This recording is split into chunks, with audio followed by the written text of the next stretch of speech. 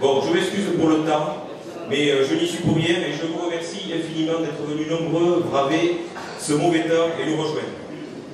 Alors, vous voyez, premier vœu avec les lunettes, ça y est, ça arrive. Donc, chers Castésiennes, chers Castésiens, je suis très heureux de vous souhaiter la bienvenue pour ces vœux de la municipalité de Castets. Je vous remercie d'être venus aussi nombreux. Je remercie les nombreux maires et élus des communes voisines qui nous ont rejoints ce soir. Je souhaite la bienvenue à M. l'abbé, que j'ai aperçu, qui doit être normalement dans l'Assemblée. Mesdames, Messieurs les représentants des pompiers, le lieutenant Lermenier, qui était ici, mais vous pouvez les reconnaître, ils ont les tenues, on les reconnaît facilement. Mesdames, Messieurs les représentants des gendarmes, alors nous avons le capitaine Costa, voilà. Capitaine, merci de la compagnie de Dax d'être venu au vœu de la mairie de Castets. Le nouveau major, le major Berthaud, de la gendarmerie, et l'adjudant-chef Salavéry, qui sont ici. Je remercie, mesdames, messieurs, les représentants des enseignants, mesdames, messieurs, les bénévoles des associations. Alors, je veux remercier aussi les élus de Castets qui m'entourent, comme chaque année lors des vœux. Je veux vous les présenter rapidement. Alors, normalement, les diapos, ça fonctionne, j'espère. Parfait. Vous avez les trois adjoints, Michel Lamouli, Michel Lavienne et Thierry Dibos, qui sont aussi en vrai sur l'estrade. Vous avez ensuite Vanessa Fouy, Catherine Solaire, Gérardine Torre-Grossa et Denis Véju, qui sont les élus délégués. Et ensuite, vous avez Isabelle Yarzabal, Coralie Seyss, Eliane Servissol, Clément Madouit, Guillaume Galichet, Dominique Etcheverry, Stéphane Darmaillan, Dominique Bordelane, qui était là, mais qui a dû partir parce qu'elle a un petit souci, Laurence Merlin, qui est excusée, Jean-Paul Campagné et Jean-Louis Barrère, je ne sais pas s'il est arrivé. Il n'est pas arrivé. Il arrivera juste après. Donc, merci aux élus qui m'entourent et je vous demande, s'il vous plaît, de leur faire un petit applaudissement pour les remercier de leur travail.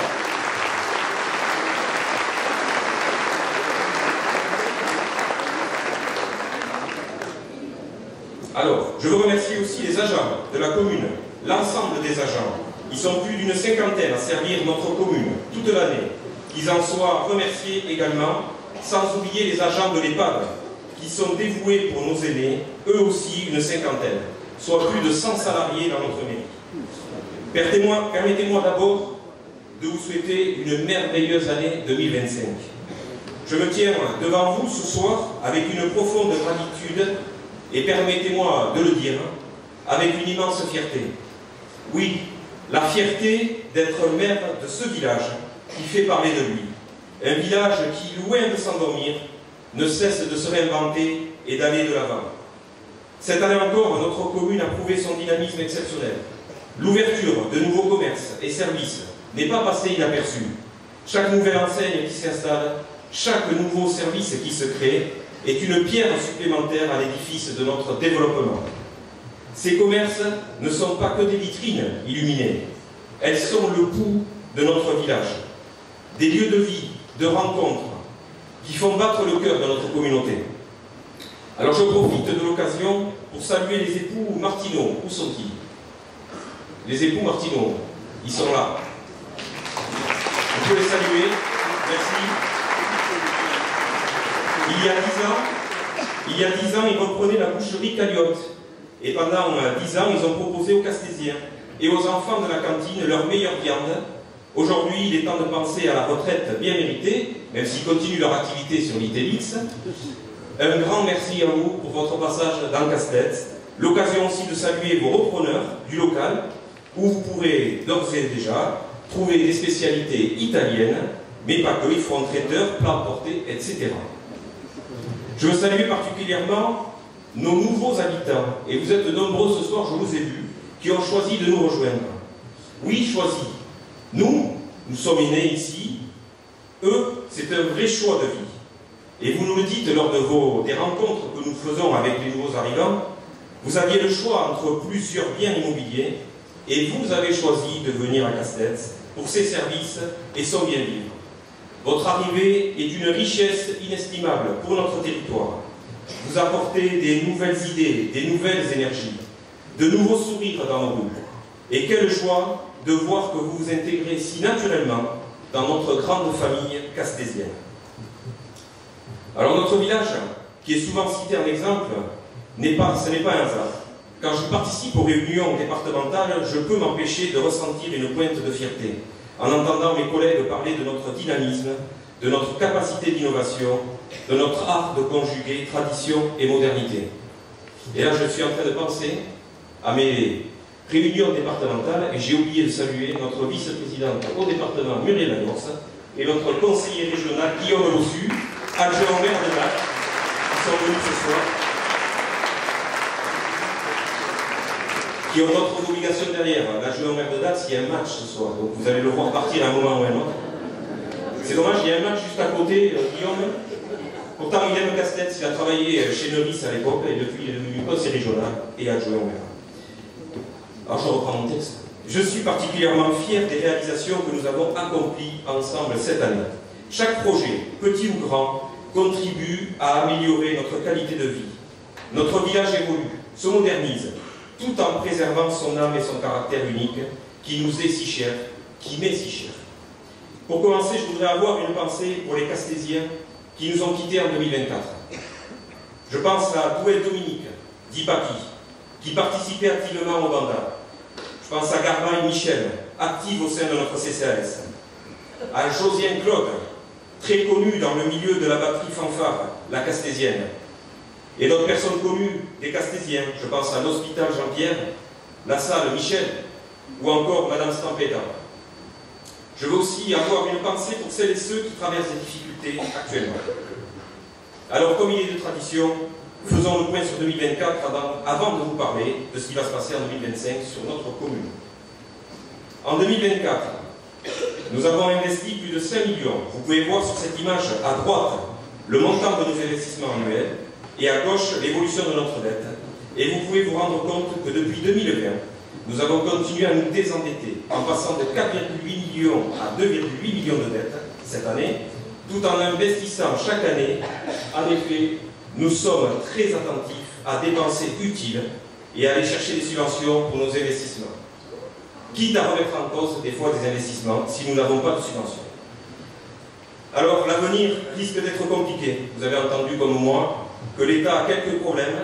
Sachez que nous sommes armés pour affronter l'avenir. Nous avons des capacités, nous restons prudents et vigilants. 1,7 million investis cette année sans emprunt.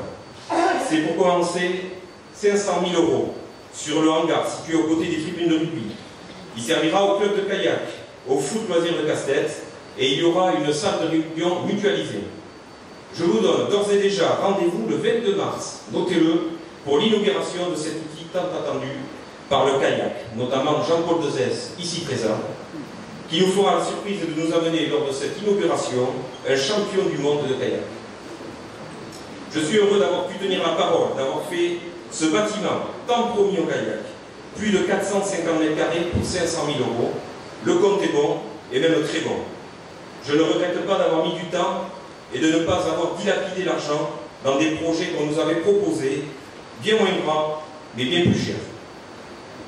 On continue avec les investissements, avec le bâtiment, le temps des forges, les temps des forges.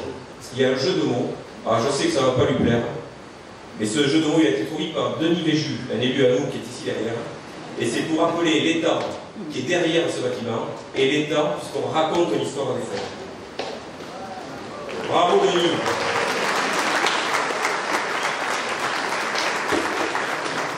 Je sens qu'il adore. Ensuite, nous avons la maison des ouvriers, que nous avons, alors ça c'était les plans, les forges, la maison des ouvriers que nous avons commencé, le budget global sera quand même de 1 million € en 2024, nous y avons consacré 350 000 €, ce chantier devait être livré à l'été, à la rentrée 2025, il s'agit de construire 6 gîtes permettant d'accueillir nos visiteurs. En 2004, il y a eu aussi le monument aux morts qui a été refait à neuf, un grand merci aux élus, aux agents, aux anciens combattants, pour leur contribution dans la réussite de ce projet.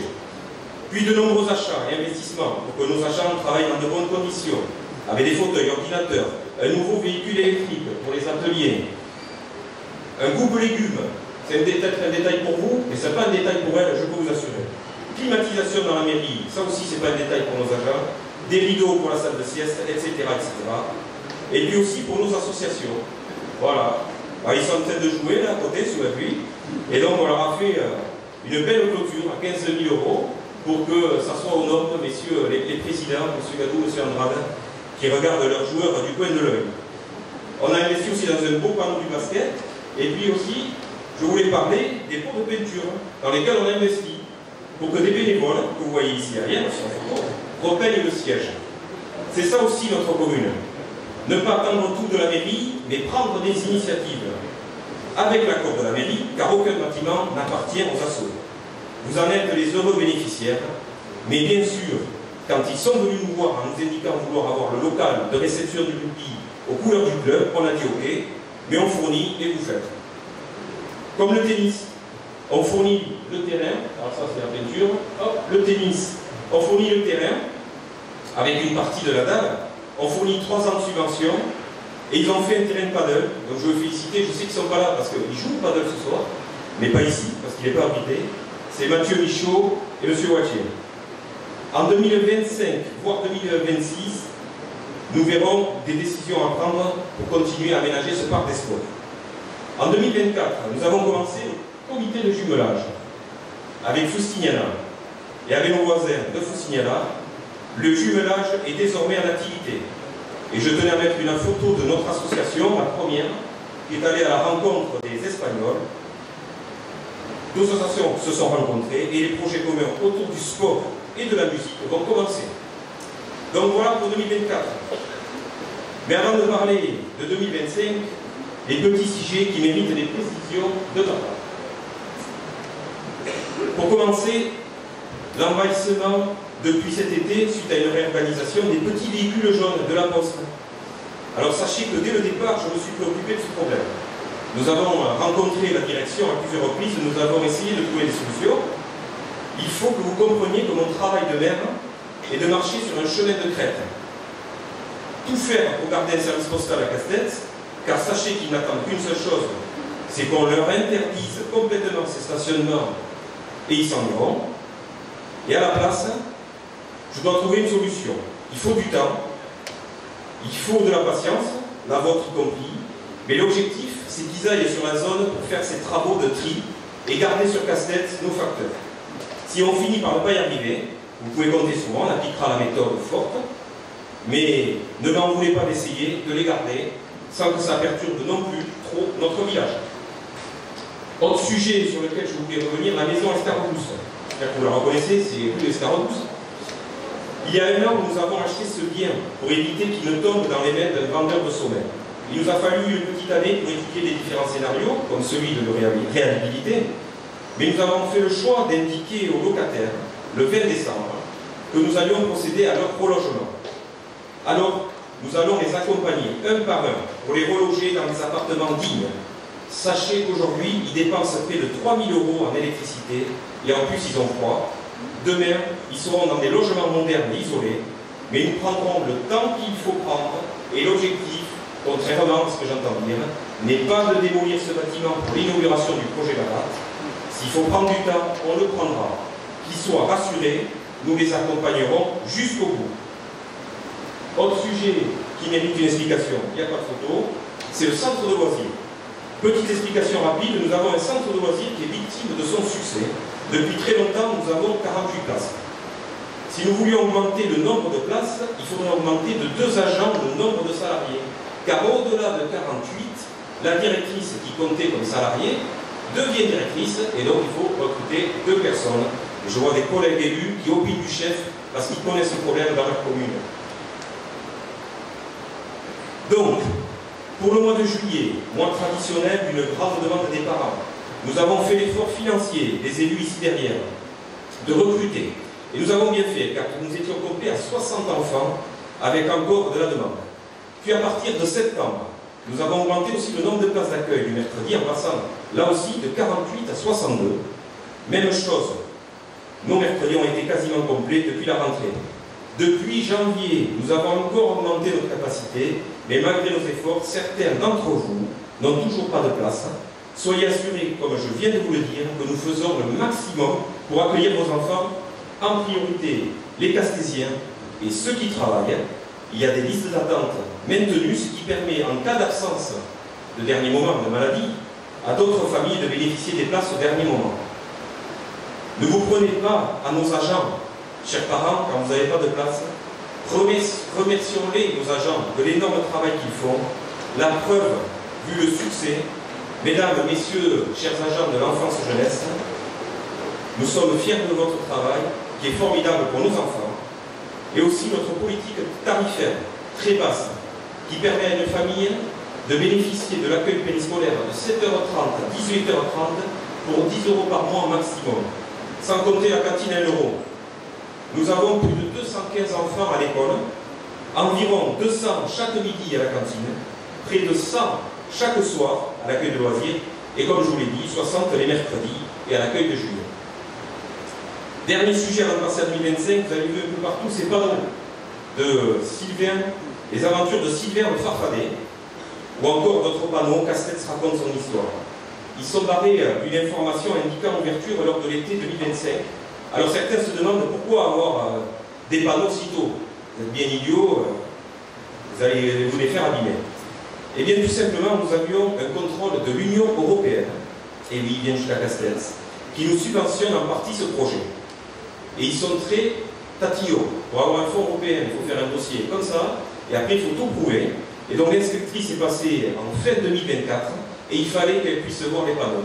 Donc nous, il faut qu'on vous explique que c'est pas prêt, et elle, il fallait qu'elle voie les panneaux. Donc vous voyez, j'imagine que vous comprenez maintenant et dites-vous que si on fait des choses, souvent, c'est parce qu'il y a une raison. Alors n'hésitez pas à nous questionner, on répondra avec plaisir. Concernant l'opération Barat, tant que j'y suis, ce projet devrait être finalisé d'ici cet été avec la réalisation des gîtes, je vous en ai parlé dans l'ancienne maison des ouvriers, et les dernières installations des cheminements et des panneaux. Il y aura aussi le mur de photos des 1000 lignes qui sera installé en face de la poste et proposé sur 35 mètres d'exposition permanente des photos de M. Vigne. À ce sujet, merci de votre participation via les réseaux sociaux dans le choix des photos. Nous inaugurerons certainement cette opération Barat fin septembre 2025 à travers une grande journée festive, comme nous savons le faire. En 2025, c'est parti. Je parle de 2025. Je ne sais plus où j'en suis. C'était la numéro 2. La numéro 1, c'était vos choix. 2025, ce plan, d'abord je vous parle des projets privés. Ce plan, c'est le plan d'une grande surface de discount qui veut venir s'installer à l'entrée du village. L'an dernier, je vous avais dit, c'est soit Netto, soit Lidl. Là, je peux vous dire que Lidl a déposé le permis, mais soyons vigilants, faisons attention, qu'ils aillent jusqu'au bout. Soyez certains que si ce n'est pas eux, il y aura un discount à Castex à cet endroit. Mais soyons vigilants parce qu'on ne sait jamais ce qui peut arriver, vous savez, tant que la première pierre n'est pas mise et que le panneau n'est pas installé. Mais je peux vous dire quand même qu'il y a un permis Lidl déposé et accepté. Il est dans sa période de purge des recours. Voilà à quoi ça ressemblera à l'entrée du village, la grande surface, vous avez le rond-point à droite. Autre sujet dont je voulais vous parler, un projet privé encore une fois, c'est celui des anciens hangars du Rhône. Alors c'est une petite vidéo, voilà, ça tourne. Les anciens hangars du Rhône, qui vont être, vous l'avez dit l'an dernier, on a préempté les hangars, et on va y mettre des appartements et des locaux commerciaux au rez-de-chaussée. Ça aménagera de nouveau notre vallée, la maison de santé, il y aura ça, l'étang des forges, etc. Donc nous aurons notre petite vallée toute jolie.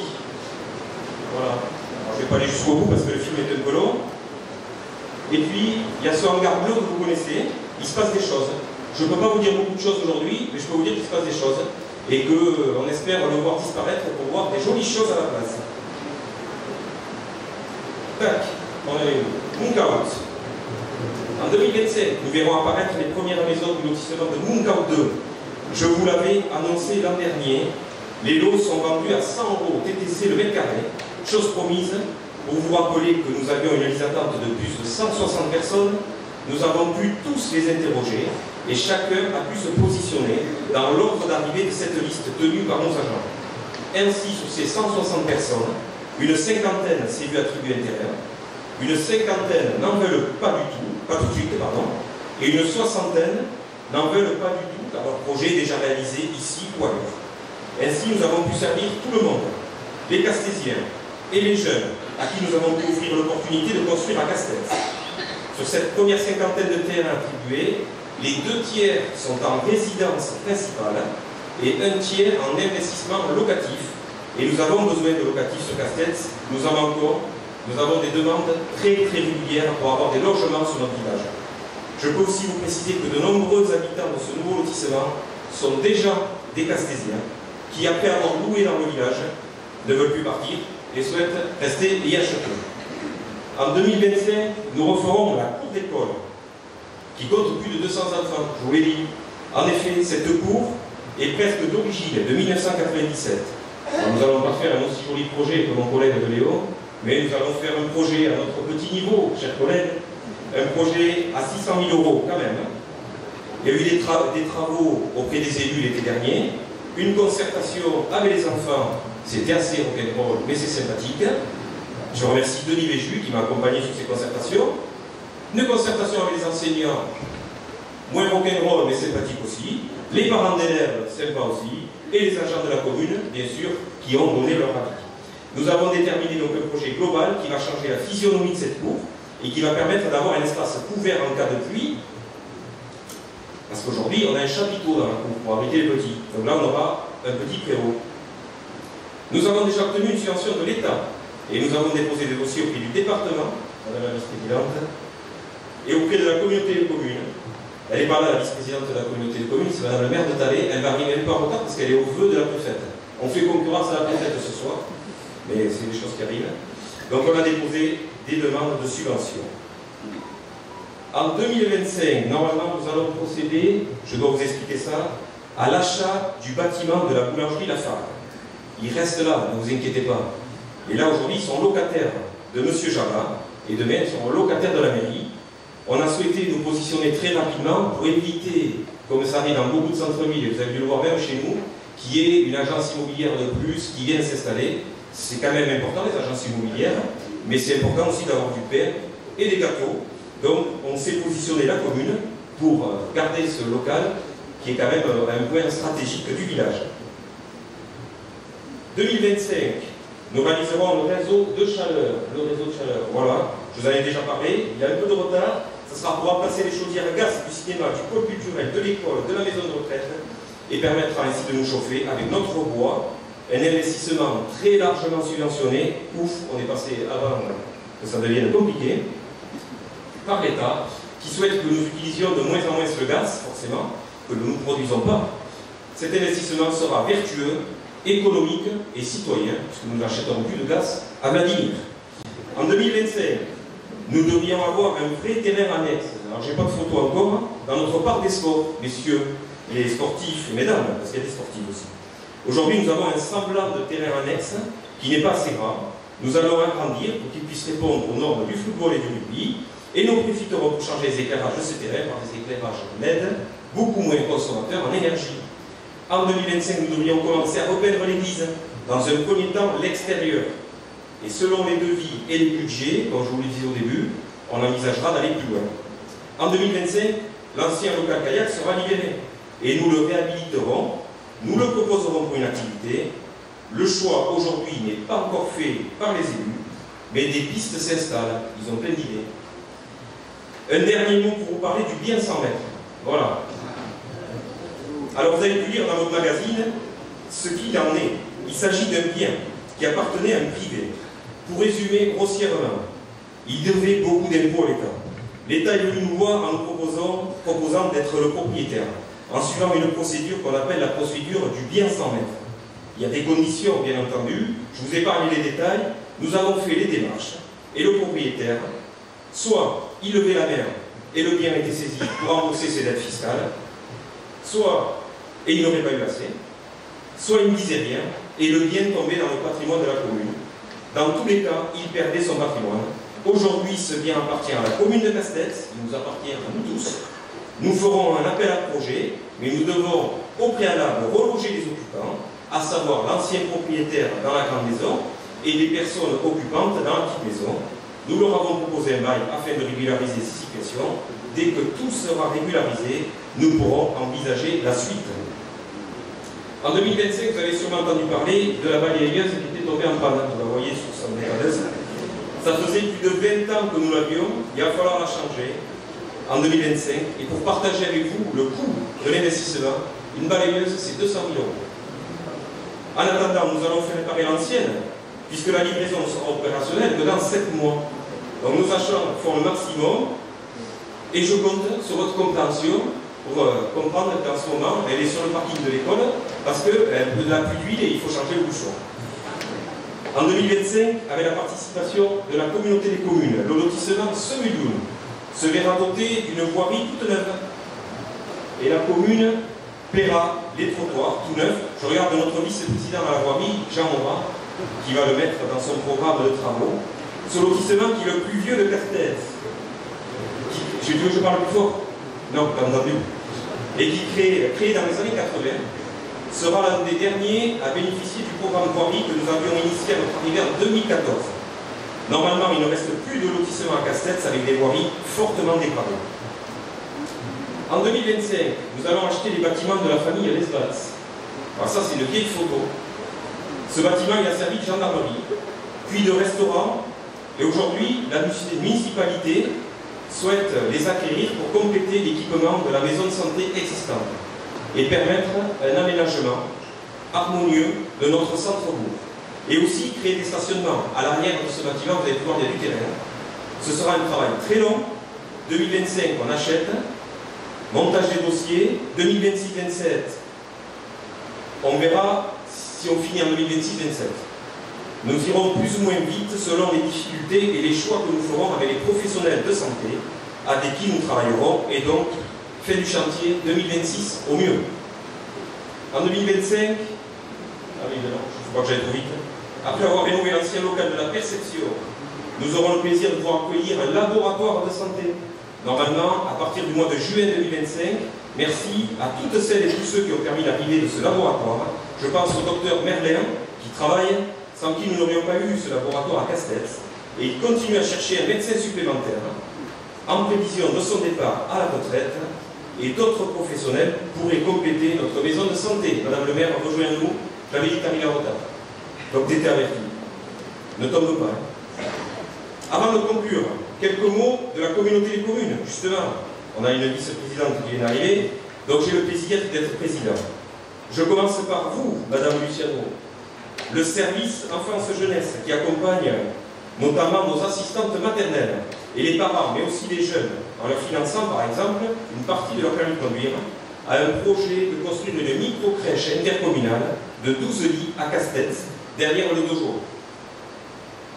Ensuite, il y a le développement économique, pour lequel je peux vous annoncer le dépôt du permis de construire. Et vous voyez le visuel derrière moi de notre boulanger, le pain d'ici, sur la zone de Castres. Là, vous êtes à la sortie de la station Total et vous voyez la boulangerie au fond. Vous informez que malheureusement, contrairement à ce que je vous avais annoncé l'an dernier, la poissonnerie Vincent ne viendra pas s'installer sur la zone. Changement dans les orientations d'investissement de ce privé. La communauté des communes, c'est elle aussi qui finance et organise cette nouvelle ligne de bus vers Dax, qu'on appelle Digo. Et c'est monsieur le vice-président Didier Claverie, maire de Saint-Michel-Escalus, qui a piloté ce projet. Merci Didier. Ce service a commencé en septembre 2024 et rencontre déjà un réel succès. Je peux vous confier la satisfaction pour moi élu d'avoir pu proposer ce nouveau service qui est très utile pour notre territoire et de voir qu'il est utile pour vous. C'est aussi la communauté des communes qui paie les réfections des voiries. J'en ai parlé, je le redis, on ne sait jamais, comme cette année 2024, où ils ont fait la route de Camarade ou encore la rue du Vieux-Couvent. L'air de rien, notre vice-président en voirie dépense plus de 600 000 € chaque année dans les voiries. C'est le plus gros dépensier des vice-présidents. Voilà. Mais il fait du travail, on ne va pas lui en vouloir. L'investissement d'une scène mobile, regardez comme il est beau notre vice-président sur sa scène, qui nous permet à tous de bénéficier d'une belle scène pour nos spectacles et nos festivités. Enfin, c'est la communauté des communes qui paie la navette gratuite des plages, le nettoyage des plages, la surveillance des plages et les maîtres nageurs. Ces plages que nous aimons fréquenter, même si on n'en a pas à Castres, mais nous aimons bien aller voir chez nos voisins et les fréquenter. La Comcom, elle pilote en ce moment la mise en place du futur plan local d'urbanisme intercommunal. Ainsi, demain, sur les 10 communes, il y aura les mêmes règles d'urbanisme. Je vous invite à venir aux permanences de l'enquête publique qui aura lieu entre le 13 janvier et le 14 février. En mairie ou au siège de la communauté des communes, vous pourrez consulter les documents et savoir si votre terrain est ou n'est pas constructible et savoir si les terrains d'à côté de chez vous sont ou pas constructibles et ce que nous autorisons ou pas. En 2025, vous verrez la finalisation de l'extension du siège, suivie aussi par Jean Morin. Le chantier a débuté en 2023 et devrait être terminé vers l'été 2025. Je ne dis pas de bêtises. Conclusion. On y arrive. Vous voyez, ces très nombreuses réalisations ou projets sont le résultat d'un très gros travail de l'équipe qui m'entoure. Et je souhaite encore une fois les remercier vivement. Vous voyez, nous avons encore de nombreux projets pour mieux accompagner nos associations et proposer encore plus de services à nos habitants. Et il nous reste, encore 1 an et demi avant la fin du mandat. Je ne sais pas si nous aurons le temps de tout faire. Je forme le vœu que cette nouvelle année soit placée sous le signe de la solidarité, du partage, de la joie et du vivre ensemble. Que 2025 vous apporte santé, bonheur et réussite dans vos projets personnels et professionnels. Et comme disait Rico Fort, il y a 2 types de personnes qui vous diront que vous ne pouvez pas faire. Ceux qui ont peur d'essayer et ceux qui ont peur que vous réussissiez. Eh bien, c'est exactement ce que nous allons continuer à faire ensemble en 2025, que ceux qui ont peur d'essayer nous fassent confiance et que ceux qui ont peur que nous réussissions continuent d'avoir peur. Je vous renouvelle mes vœux les plus sincères pour cette nouvelle année, que notre village continue de briller par son dynamisme et sa convivialité. Bonne année 2025 à toutes et à tous. Merci.